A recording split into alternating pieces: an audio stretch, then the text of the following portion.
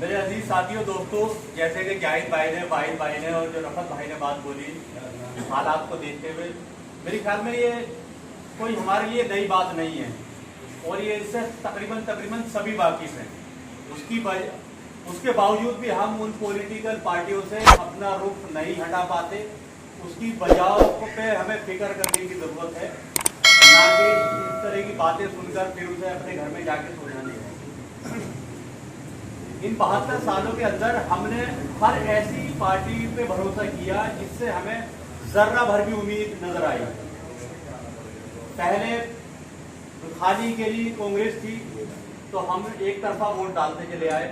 जहां जहां जिस स्टेट में कांग्रेस का अल्टरनेट आया, यानी कि तीसरा ऑप्शन मुसलमानों के पास आया, मुसलमानों ने उससे दरकिनार कर लिया। यहाँ तक कि उस स्टेट से कांग्रेस गायब हो गई।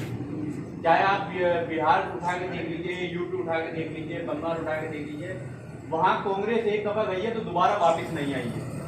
क्योंकि मुसलमान जितना कांग्रेस से पुख्ता था उतना ही जितना बीजेपी से पुख्ता था उतना ही कांग्रेस से, मगर मजबूरी बीजेपी को रोकने का हमारे पास एक संकल्प हमने ले रखा था कि बीजेपी को रोकना है, चाहे किसी को भी जिता दो।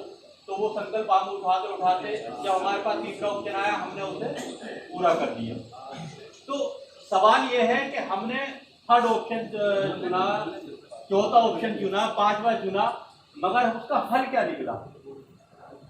क्या कभी ऐसा आप मुतमईन हो पाए, इतना भरोसा बना पाए कि जिस ऑप्शन की तलाश आपको थी वो ऑप्शन आपका पूरा हो गया? भाई, जब दिल्ली में केजरीवाल सरकार आई, पहली बार अमानतुल्लाह साहब यहाँ से लड़े, उससे पहले इरफानुल्लाह साहब लड़े। तो इरफानुल्लाह साहब के दरमियान तक तो यहाँ ओखला वालों को भरोसा नहीं था कि मुसलमान एक तरफा होके आम आदमी पार्टी को जिता देगा, मगर इरफानुल्लाह अमानत के टाइम पे भरोसा हो गया था कि हम कांग्रेस को हरा सकते हैं यहाँ से।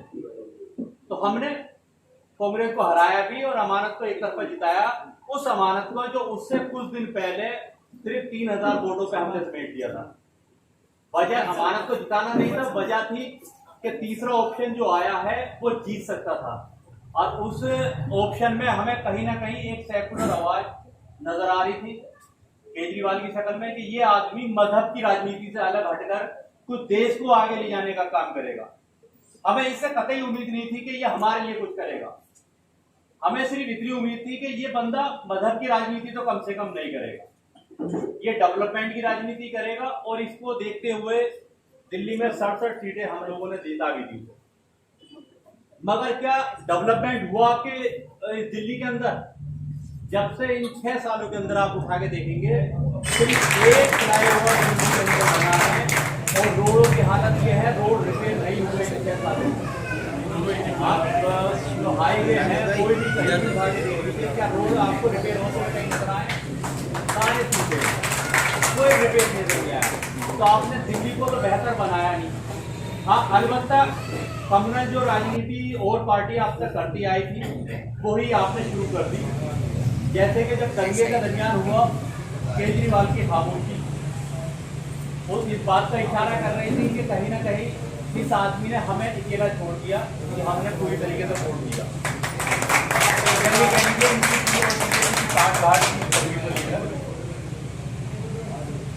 वो साठ घाट कैसे थी वो नजर आई हमें एनआरसी के बिल पर, जो कि और कई सेकुलर पार्टियां बोली, मगर अरविंद केजरीवाल ने अपना कोई स्टैंड क्लियर नहीं करा कि वो इस बिल के पक्ष में है या विपक्ष में। आप देखेंगे उसने कोई स्टैंड नहीं लिया अपना। उसके बाद आया आप लॉकडाउन का दरमियान, लॉकडाउन में आप देखेंगे तबलीगी जमात का जो मामला उठा, उसको कोई बीजेपी ने नहीं बनाया, उसे मुद्दा कांग्रेस ने नहीं बनाया।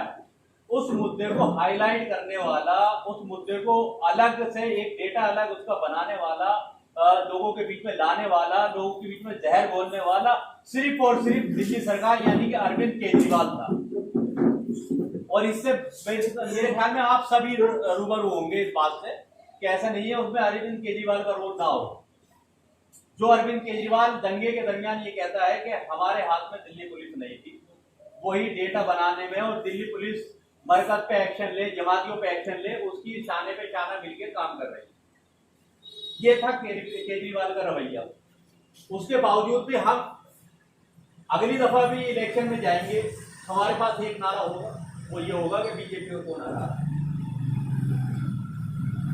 हमने पिछले इलेक्शन भी देखा, एनआरसी के बिल पे खामोश होने के बावजूद भी हमने एक तरफा आम आदमी पार्टी को वोट दिया और जिताया, उससे ज्यादा वोटों से।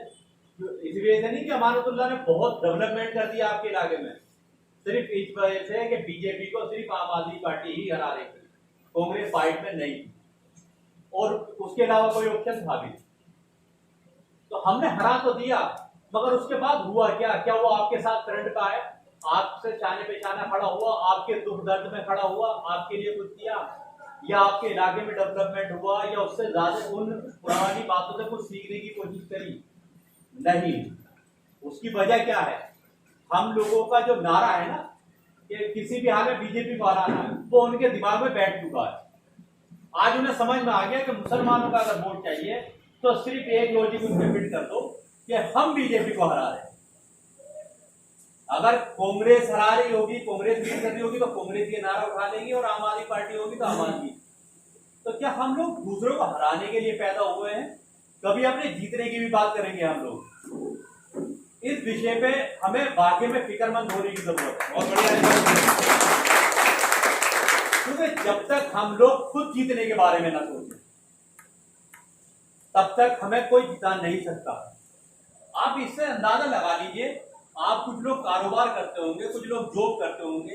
क्या आप जॉब करते टाइम अगर प्रमोशन चाहिए होती है तो बॉस के आगे अपना काम और बेहतर करके प्रमोशन लेते हैं, या दूसरे की जो आपसे बराबर में कंपटीटर है उसको काट कर या उसको बाहर निकाल कर प्रमोशन लेते हैं? मेरे ख्याल में बॉस को खुश करके, यानी कि और बेहतर काम कर ही प्रमोशन लेते होंगे। या बिजनेस को ले लीजिए, बिजनेस जब आप करते हैं तो दूसरे का बिजनेस अच्छा चल रहा है, मैं इसका बिजनेस खराब करूं तो मेरी तरक्की हो जाएगी, ये तो नहीं सोचते होंगे ना। मैं अपना बिजनेस कैसे अच्छा करूं जो मैं इससे आगे निकल सकूं, इसके बारे में फिक्र करते होंगे ना। तो कहीं ना कहीं अपनी लाइन को आपको बड़ा करना पड़ेगा, दूसरे की लाइन काटने के बारे में आपको नहीं सोचना। और हम इन 72 सालों में यही उलझे हुए हैं कि हमें सिर्फ इसको हराना, हमें इसको हराना, हम अपने आप को कैसे आगे बढ़ाना उसके बारे में नहीं सोचते। आज इस बारे में हमें सीरियस होकर फिक्रमंद होना है। और आप ही को बताइए, मजलिस हो गई, या बदरुद्दीन अजमल का नाम सुना होगा, आसाम से एक बड़ी पार्टी है और वाकई में दीनदार, न्यायाधीश, शरीफ और खिदमतगुजार कौम का आदमी है। एसडीपीआई है, बढ़िया बंदे का, उसने अपने इलाकों में काम किए हैं। मुस्लिम लीग है, जहाँ पे है वहां पे बढ़िया काम कर रही है। ये लोग काम कर रहे हैं, मगर उसके बावजूद भी हम लोग अपने आप को उनके साथ ना जोड़ के या अपने आप को मजबूत ना करके क्यों अपनी ताकत नहीं कर पाए? उसकी वजह क्या है? यहाँ मुस्लिम आबादी है, मुस्लिम बहुल आबादी है, वोट तो वहीं से मिलेंगे उन्हें। वो क्यों? वो आप समझिए, इन 72 सालों में एक आध एग्जाम्पल को आप अगर छोड़ देंगे तो आज तक मुसलमानों ने किसी गैर मुस्लिम इलाके से जाके अपनी जीत हासिल नहीं करी, वो चाहे किसी भी लहर वाली पार्टी से क्यों ना आ जाए। बीजेपी की लहर थी, क्या शाहनवाज जीत पाए? नहीं जीता, क्योंकि मुसलमान तो छोड़ो, हिंदू उन्हें वोट नहीं देता मुसलमान के नाम पर। मुसलमान अगर कोई भी नुमाइंदगी करने आता है, जीत कर आता है, तो उन्हीं मुस्लिम बहुल इलाकों से आता है जहां आपकी अक्सरियत हो। तो ये कौन सी सेकुलरिज्म है कि हमारे अगर यहाँ से कोई गैर मुस्लिम जीत खड़ा हो जाए, यानी कि संदीप दीक्षित अगर लोकसभा का इलेक्शन लड़ता है तो हम एक तरफा वोट डाल देते हैं, मगर कोई उधर इलाके में जाके कोई मतलब के बिलाल, रेहान या असलम कोई खड़ा हो जाए तो उसे वोट नहीं मिलता। तो सेकुलरिज्म का सारा ठेका कुल मिला के हम पर ही आया हुआ है, उधर नहीं आया हुआ।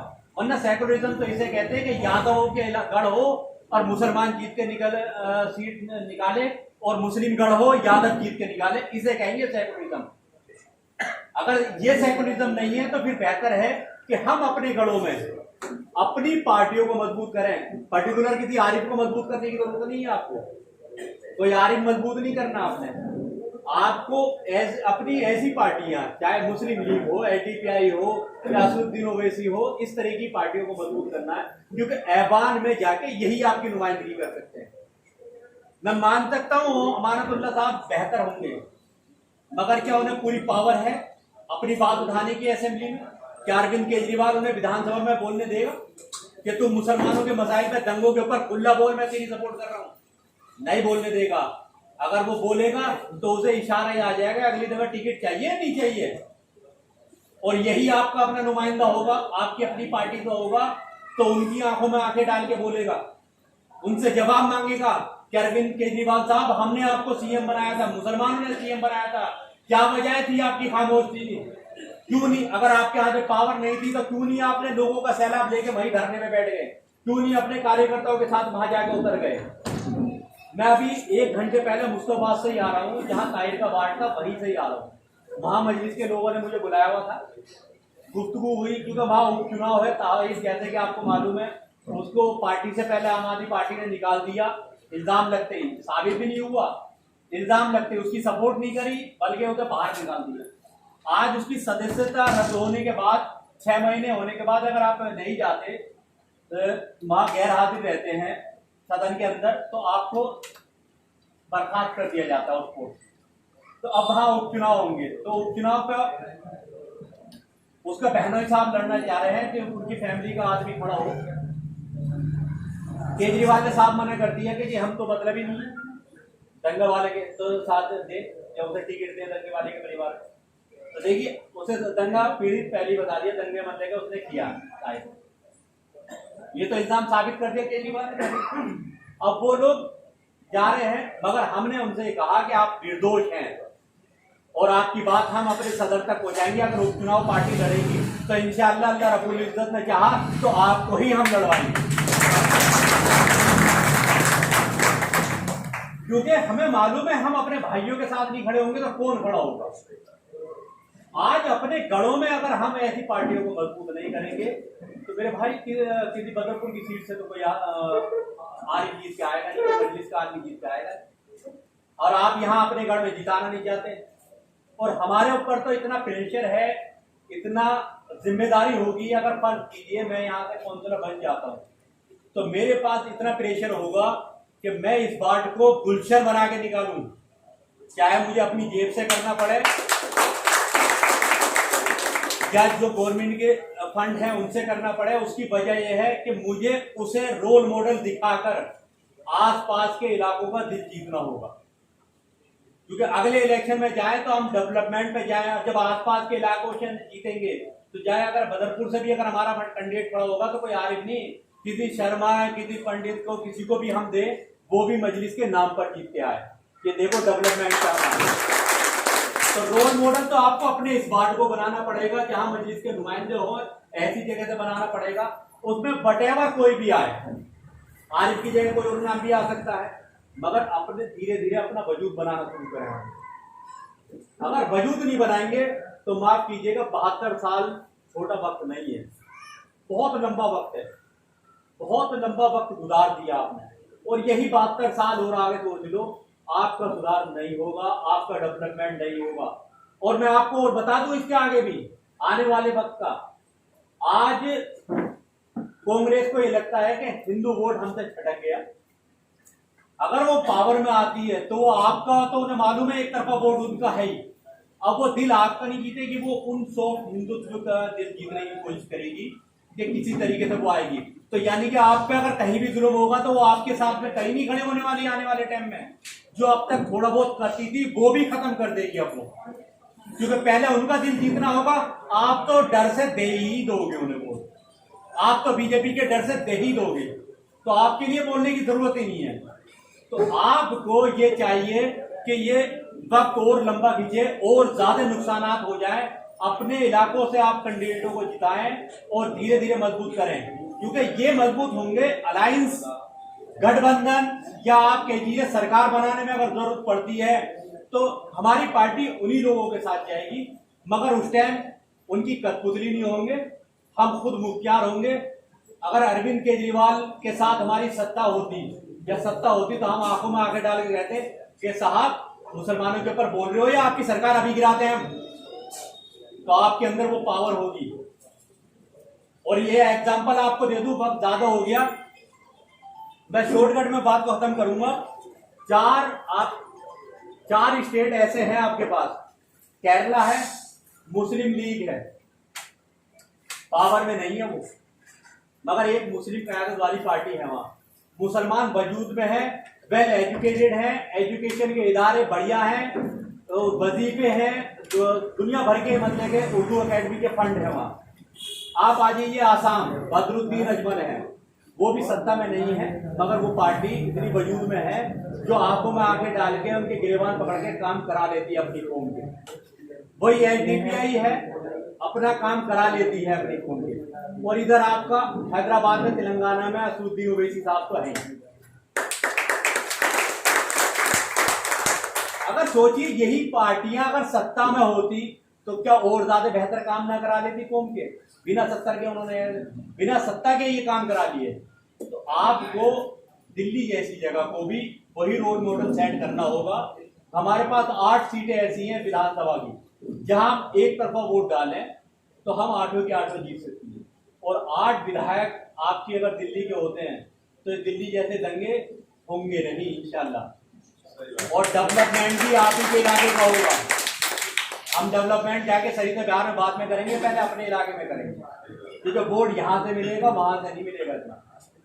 तो ये बात हमें समझनी है। धीरे धीरे अपने मुस्तकबिल को बेहतर करो, वरना तो सिर्फ बीजेपी के डर में आप और 72 साल गुजारते रहो, भाई कुछ होने वाला नहीं। आप इस बात पे अकेले में फिक्रमंद होइए, सोचिए, हमारी बातों पे यकीन न कीजिए।